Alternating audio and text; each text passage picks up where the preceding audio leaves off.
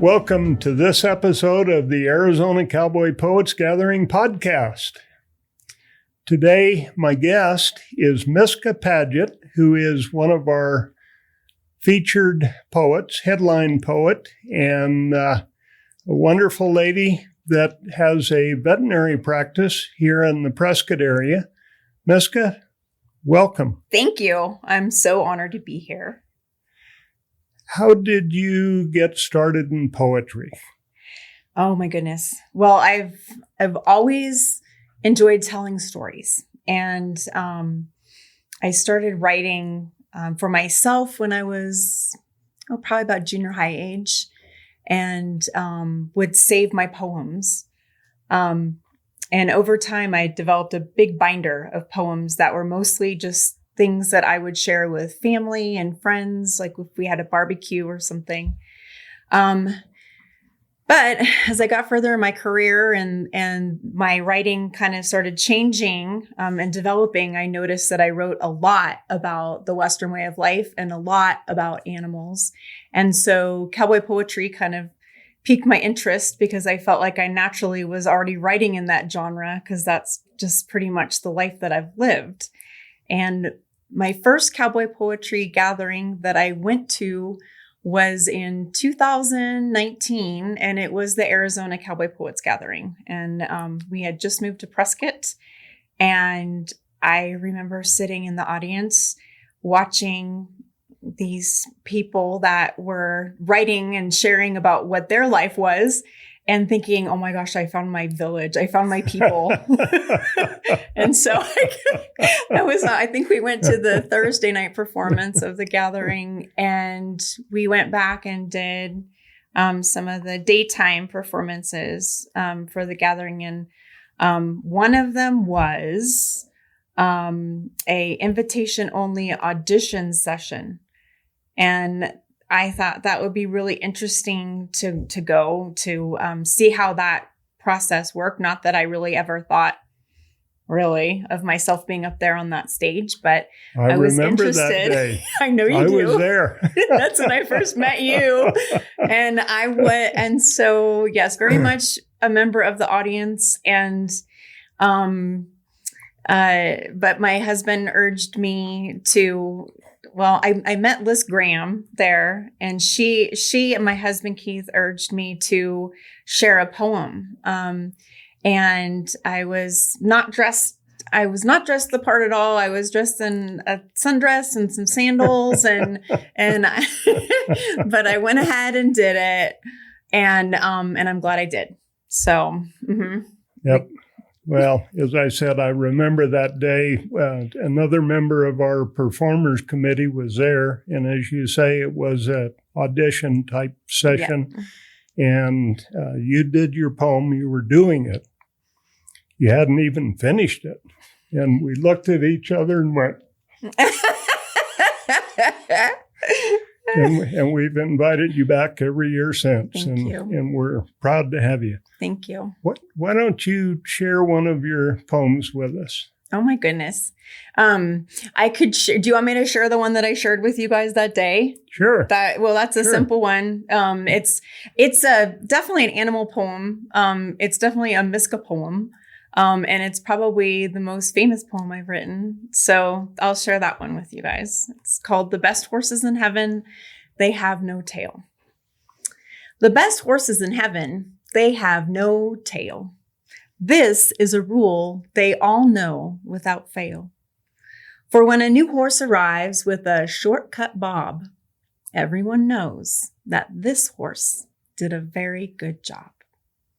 His owner couldn't bear to part with her friend, so she saved his tail wrapped in ribbons and braids to hold with his memory in a very loving way.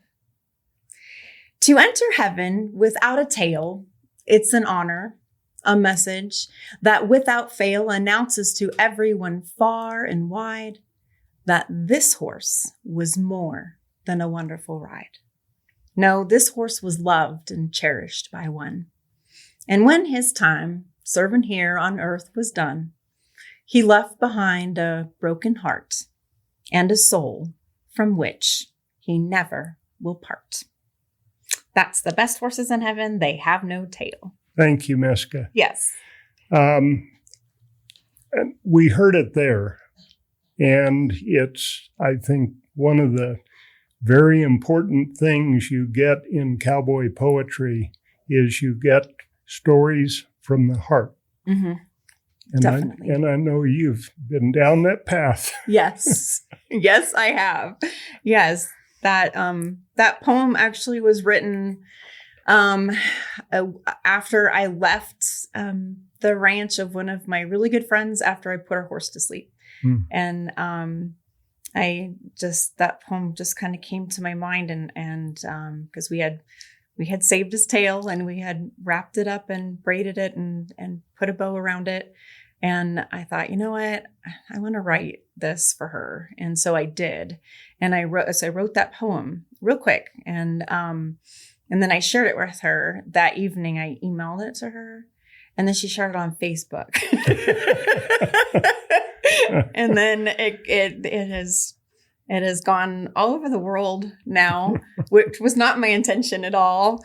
But I think that was when I first realized that sharing your heart and writing down those very special experiences that you have, which are uniquely your own, because nobody has those exact experiences except for you in your life.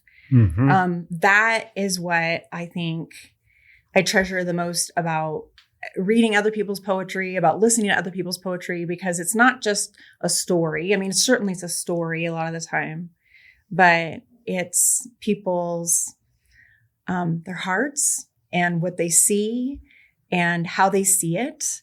And that makes it magic. Super. Mm-hmm. Yep. Well, you've just talked about what makes cowboy poetry so very special.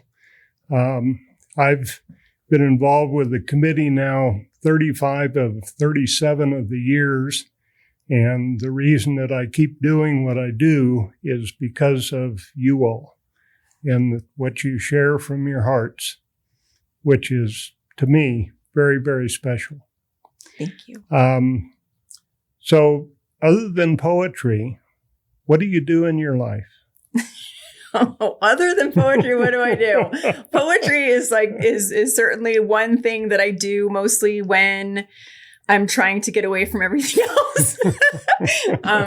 Well, I'm a large animal vet. I've been a veterinarian for 27 years.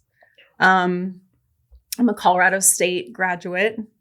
I was the only gal out of 8 students that was 100% large animal in my class in 1998. I have been a livestock veterinarian my entire career. I've never worked indoors. Proud of that. But sometimes it is the bane of my existence when it's cold and windy and rainy. I bet it is. It is. But so that is a lot of what I do. I also, my husband and I, we have a small ranch out in Williamson Valley, north of Prescott. We have 12 horses, a mule, 2 goats, a really old alpaca, a big fat pig named Pig Squeak, 4 dogs, 1 retired barn cat that lives in my vet room that I run my little vet practice out of, and then a whole bunch of barn kitties, and I don't even know how many. I don't even know. They just keep coming more and more. It's a problem. I'm going to have to do something about it at some point.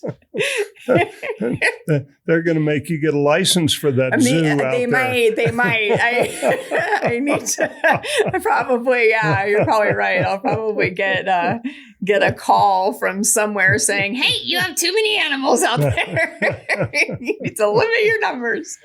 But yeah.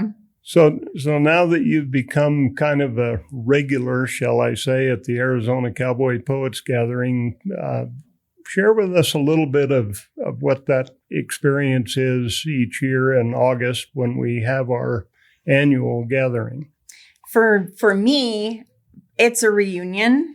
It's become a family gathering. I have been blessed to get to meet a lot of amazingly special people not only cowboy poets, both female and male cowboy poets, but also the people in the Western music industry are amazing, amazing artists, but just amazing people. And so I look forward hugely to having the opportunity to see all my friends. But it's also the folks in the audience that come year after year. And you get to know those people too, and check in on them and find out how their ranch did last year and what's new in their neck of the woods, because people come from all over. Yes, they do. So it really is, it's a family affair. If you've come once, then you definitely want to come back. And then, not to label people, but we have a lot of city people that come to the gathering. People from Prescott and the Prescott area, people come up from Phoenix. Absolutely. We have patrons that come to the night shows that we've recorded their addresses, and they come from all over the United States and even some from foreign countries. It's so neat. So it makes it very special to know that we're sharing something that's that important to so many people. Mm-hmm.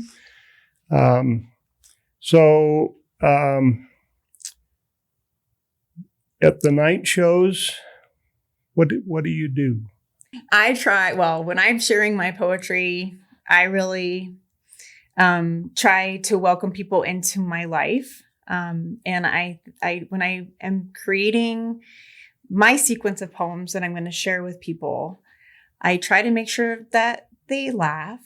And I try to make sure that they cry, or at least I touch their heart somehow. But most importantly, I want them to go on a journey with me into my world. And that's really, for me, what sharing my poetry is about. Because if you listen to 1 or 2 or 3 or 4, you're going to get to know me a lot better. You're going to get to know a lot about what makes me tick, and about what makes me happy, and about what I see in my world. And so it's a journey, I think. For me, I try to make it a journey. And at the gathering in August, we have, we start with a Thursday night show. Yes. And then Friday morning. Yes. You're amongst all of our performers that go out to our local nursing homes and assisted living facilities and perform. Which I love. Tell me a little bit about your experiences there. I love that. I think that is so fun, because I've been to a different facility year after year now. So I've gotten to meet a lot of different people in Prescott, and just being able to reach out and bring a completely different world than what they're experiencing, at their care facilities is huge, to take them somewhere else for a little while. But it's also really funny, because every once in a while there's a cowboy out there in the audience that is a resident at one of those places, or a lady that used to ride barrels, or and so they'll take you aside after the performance and share their ranching experiences or their experiences as a rodeo cowboy, or doing running barrels. And so that is really fun, because that you're helping them relive some really special memories too. Yes. And that's pretty amazing. Yep. Pretty special. Yep. Mm-hmm. Then Friday afternoon, we have day sessions at the college. Yes. They run an hour long. Actually, they run 45 minutes with a 15-minute break, so that you all the performers can move from room to room. Mm-hmm. And we have over 40 performers coming, poets and musicians and storytellers. And you're usually scheduled with maybe 2 or 3 of those in a session. Mm-hmm. Mm-hmm. And how do you interact with them when you are doing that? It's so fun. Now, most of the people I know most of the time, but every once in a while I get to meet somebody different that I have never performed with before. And that's always a really enjoyable experience, to be able to get to meet somebody new and to, listen to them sing or perform their poetry. It's hilarious, though, if a group of performers that have known each other for quite some time get together, because they will come up with some really fun little shindigs to do in front of people.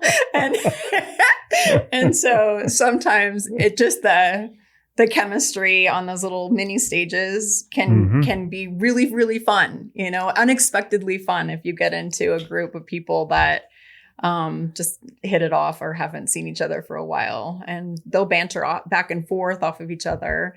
Another fun thing too is I'm a poet, so I write words.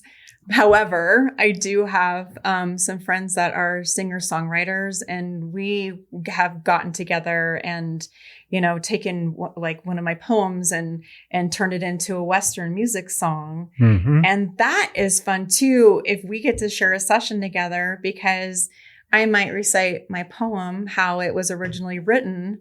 And then when it's their turn to get on stage, they'll go ahead and sing the song that came out of that poem. And so that is really special because, as you know, a lot of Western music started with poetry. Yes. So being able to see that bridge, just happening right in front of your eyes as an audience member is pretty cool. Mm-hmm. Neat. Yeah. Neat. Yeah. And then Friday night, we have a night show. Our night shows are ticketed. The day sessions, all the day sessions, Friday afternoon and all day Saturday, are free to the public. So there's no admission charge.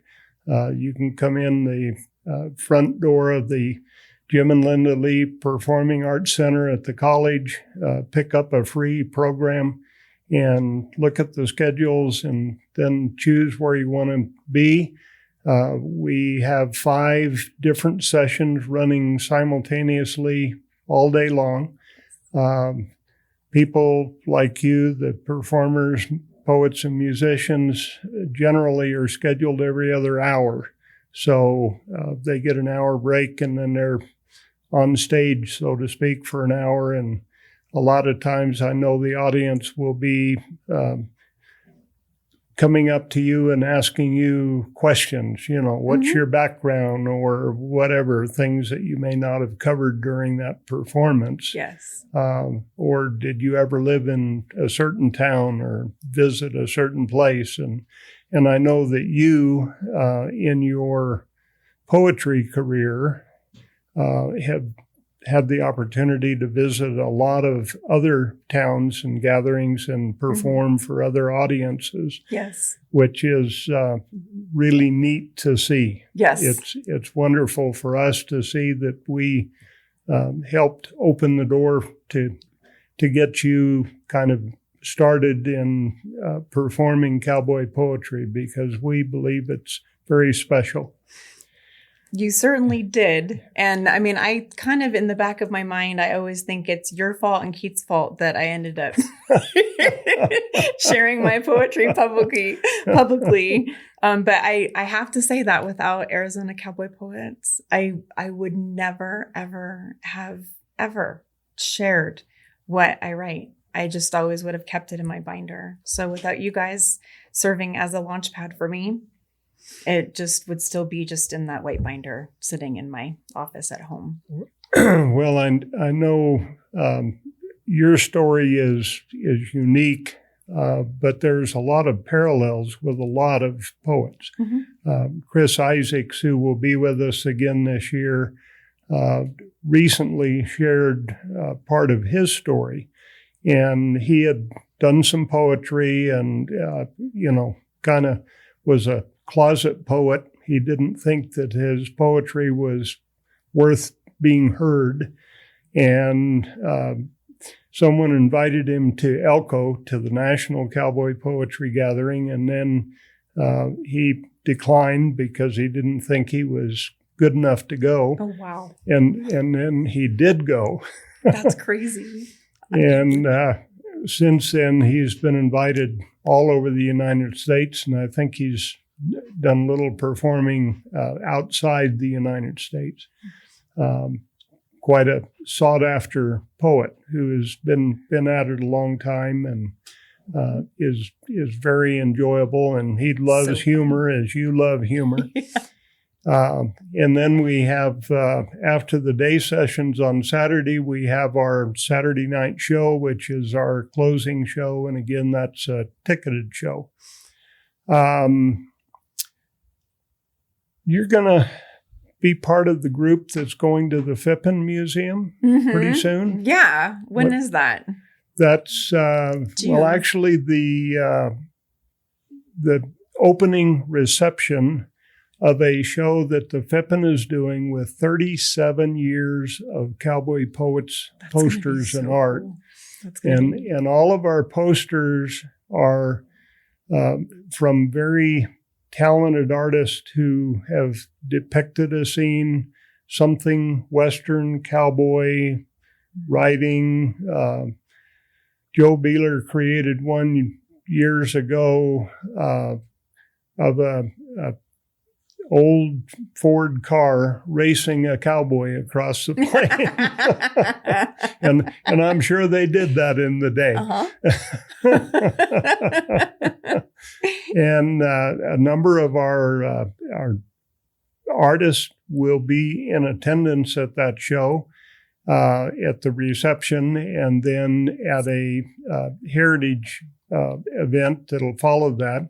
And the exhibit of the 37 years of posters at the Phippen Museum will run from June 7th through August 31st. So during those 3 months, be sure and visit the Phippen Museum and see all of the posters from all those years. There's a lot of excellent Western art that you're going to have the opportunity to see, and then you get to see everything else in the museum. So it's a really fun place to go. We love, whenever we have people visiting from out of town, we always get to go to the Phippen. Yep. It's fun. George Phippen, that the museum is named for, was, I'll say, an acquaintance of mine. I probably can't call him a friend because I was very young in those days when I knew him, but I knew George and knew the Phippen family, and Mom and Dad were friends with all of them because I've been here a long time. So how long have you been here? Let's ask some questions. Well, maybe all of us didn't come from somewhere, but I did. We came from New York, actually, New York City, in the fall of 1946, which was right after I was born. Okay. My dad had been an asthmatic in New York. He had turned blue before I was born, and they had revived him, which was pretty miraculous. And the doctors told Mom and Dad that if you're going to see your boys grow up, you're going to move to Prescott, Arizona. Okay. And if you go downtown and look at the plaque in front of the post office, the downtown post office on Goodwin Street, you'll see that the plaque reads that it was a place where asthmatics came to improve their health. And he had 18 years here, so that's awesome. It was good for him. Very. That's good. Yeah. So I've been here 78 years. And so, wow. You know Prescott way better than I do. I know. And you guys have been out. I mean, you had a ranch, right? Or you were raising chickens at some point. There was chickens. There were chickens. I remember a story about chickens. How can somebody that wears a cowboy hat have chickens? Well, because cowboys come in all different shapes and sizes, and some cowboys are chicken farmers. So that's okay. You just have to herd them a little differently, and Well, I'm probably going to claim to wear a cowboy hat, but I'm truly not a cowboy. And yes, Mom and Dad had the opportunity to buy 160 acres out Williamson Valley in 1947 moved out there in the fall of 1948, right before Prescott had 4 feet of snow on level ground. And we got through that. We were snowed in for 10 days. Oh, my gosh. But and Williamson Valley Road in those days was what I later called a 3-track road, meaning that the center track was shared by traffic going north and south, and then there was the outside track. And whenever you met a car, which you could drive clear to town back in those days and not meet a car, but if you met a car, one of you with the least ominous ditch pulled off, got your wheels in the ditch, got far enough off the road that the other car could get by. And then when you got by the other car, you stopped and looked back and made sure that your neighbor, because we were all neighbors back in those days, got back on the road and was moving. And then you went on. Yeah. And it was a wonderful experience growing up in Williamson Valley. I went to Prescott schools. All my schooling was here. Went to Miller Valley School, which is unfortunately not there anymore. Prescott Junior High School, which is where the county building is, the sheriff's office and all that on Gurley Street. And then what's now Mile High Middle School was Prescott High School. Okay. So, and we celebrated our 60th class reunion last year. This year will be our 61st. That's so awesome. Long time. I often say to people that, kind of start apologizing that they're not from Prescott. And I say, I'm not from Prescott either, but I was lucky enough to get here before you. You're as local as it gets now, though. Meaning I've been here a long time. So. Yeah, you have. So I'm going to ask one more question. Sorry, I'm turning into the interviewer. How did you get involved in the gathering, in the Arizona Cowboy Poets Gathering? Well, Barb and I love the Western life. We love animals, horses. We had horses. We'd love interacting with cowboys and ranchers because they're just salt of the earth people, and I respect that amongst those, like every kind of people there may be some bad ones, but by and large, cowboys and ranchers are super people, and so we interacted with them, spent about 25 years volunteering at the Prescott Frontier Days Rodeo. Did that for a long time. I was actually on the board of directors of the rodeo in 1988 in the centennial year of the rodeo, which was quite an honor. And a friend of mine, Marshall Considine, who loved cowboys and loved the Western way of life, who was actually the retired chief of homicide of the Chicago police. Kind of like, you did what? But he was involved with the gathering the first couple of years. Okay. And so the third year, the gathering became part of the Charlotte Hall Museum, and he was on the committee, and he invited me to come join the committee, and I did that, and I loved the people. The committee was wonderful. Charlotte Hall Museum was a wonderful place to have the gathering in those early years. Yeah. And I'm still here. Yeah. You have been the core of the gathering that's who I think of when I think of Arizona Cowboy Poets is Jim Buchanan. Well, I was looking at our membership and volunteer list just a couple of days ago, And our membership is now 75 plus, and we have, including volunteers, we have over 100 people who very, very generously and with super talents dedicate their time to helping us put on the Arizona Cowboy Poets Gathering. And, they're the lifeblood. They work so hard. Of the gathering, yeah. The committees, the number of committees that are involved and pulling this gathering off every year, and how it really is an all year thing. It is. Yep. And it's like clockwork. It's amazing. It's a well-oiled machine, how it works. Well, it is. As I say, we've been blessed with a lot of talent along the way that have joined us and helped us. And we're very thankful and blessed by that. Yeah. There's some great people. Yep. Mm-hmm. Similarly blessed with poets and musicians who love to come to Prescott. Yes. I honestly can't tell you when I've called up a performer, a poet or a musician, and said, we're inviting you to come to the Arizona Cowboy Poets Gathering next year.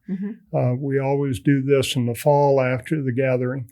And so we call them up and we say, we're inviting you, and we can pay you X, which is a very, very modest stipend for the travel that they incur. We do try to reimburse mileage going back and forth. And I can't remember when one has said, I don't want to come to Prescott. They all want to come to Prescott. Of course they do. It's such a huge honor to be able to come here and share, and also the people are so kind, and it is a fun place to come. It really is. We want to make it that and keep it that. Yeah. And we work hard at that, I would say, making it a place where you all want to come. Yeah. We're blessed with being able to share some of the best talent in the industry, if you want to call it an industry, and a lot of them. And we put a very, very high emphasis on people that have experience as a cowboy at some point in their life, or in the agricultural world, or they are a rancher. The people that have lived the lifestyle, just as you have been part of that lifestyle, they understand things that you can't learn in a book. Very true. You need to live the lifestyle, and I know that I'm an observer. As I said, I am not a cowboy.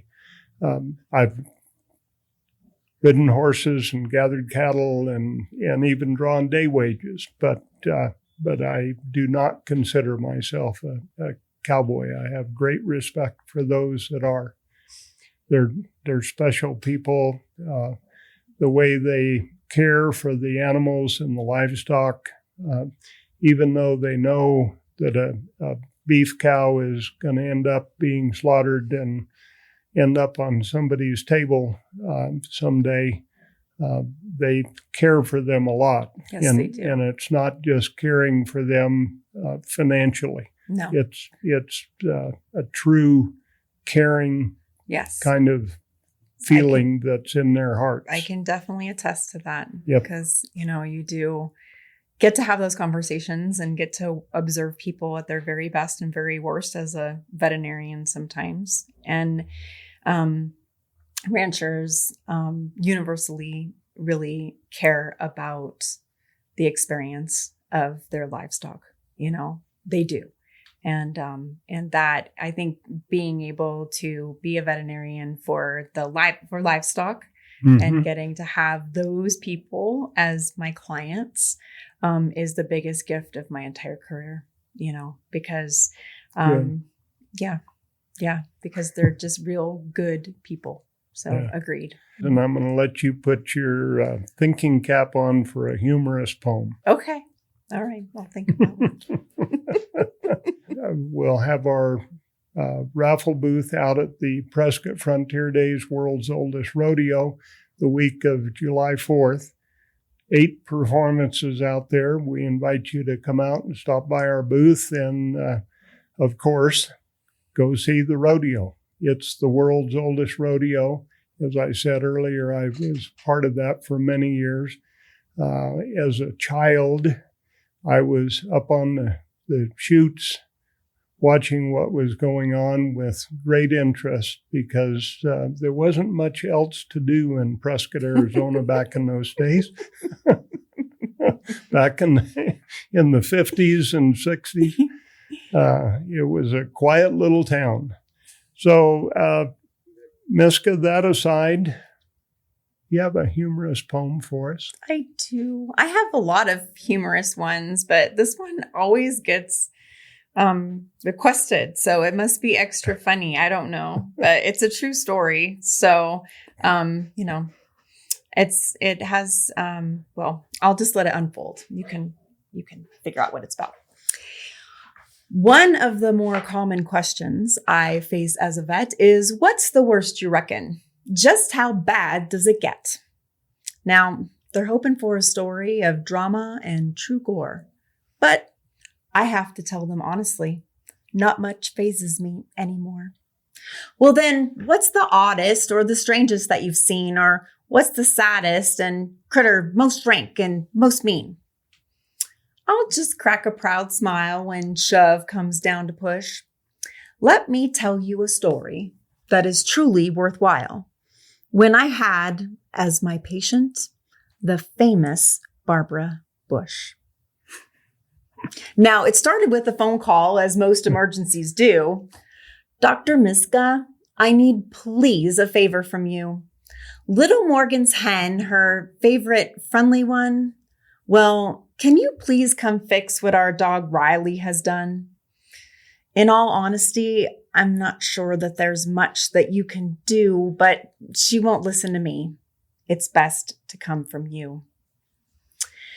So, to the Nelson farm I rushed with an ache deep in my heart, knowing this sweet little girl was crushed and hoping I could do my part.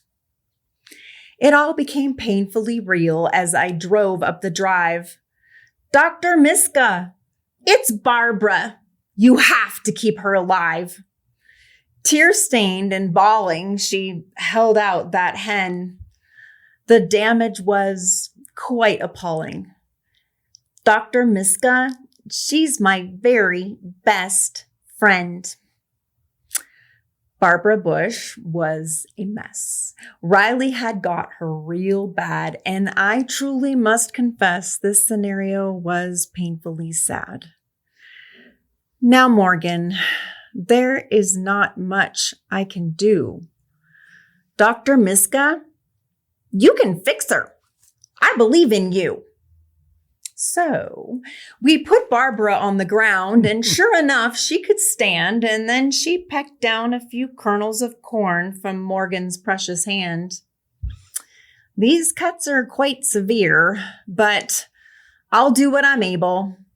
And we persevered. We operated on Barbara Bush on the picnic table. Now, I plucked out her feathers and cleaned her up real good, and on a table meant for family get-togethers, I did what I could. It looked like Sunday dinner as I trimmed and I stitched, but fixing that chicken's innards went off without a hitch. Now, I worried quite a bit as I cleaned up my post-operative mess. I have to admit and I have to confess, chicken doc, I am not. What meds should I give? What have I got to help Barbara Bush live? Then I remembered. While skimming my formulary one day, the antibiotic dose for an ostrich. Yep, there it is. Oh, yay. I can dial that dose down to Barbara Bush size. I am the best vet in town. So crafty. and wise. As I cruised down their drive on the way back to our ranch, well, Barbara Bush was alive. I had given that bird a chance. I worried a bit that night that the hen would pass away, but to my delight, I received a special text the next day. It was a photo and a big emoji smile. The pic looked like a blob of white dough. I stared at it for quite a while. I finally gave up and texted back. "Now, what's this?" I begged. Her reply made me laugh.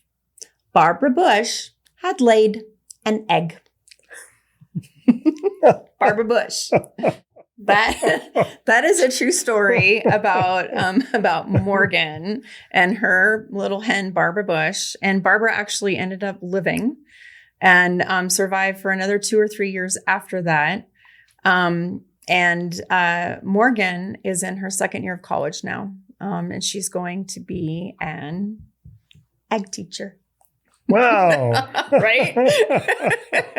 So that's a true story. Kind of funny, but 100% true. And from your experience and my experience, what you hear at the Arizona Cowboy Poets Gathering may be a lot of true stories. It is. I think they all start true.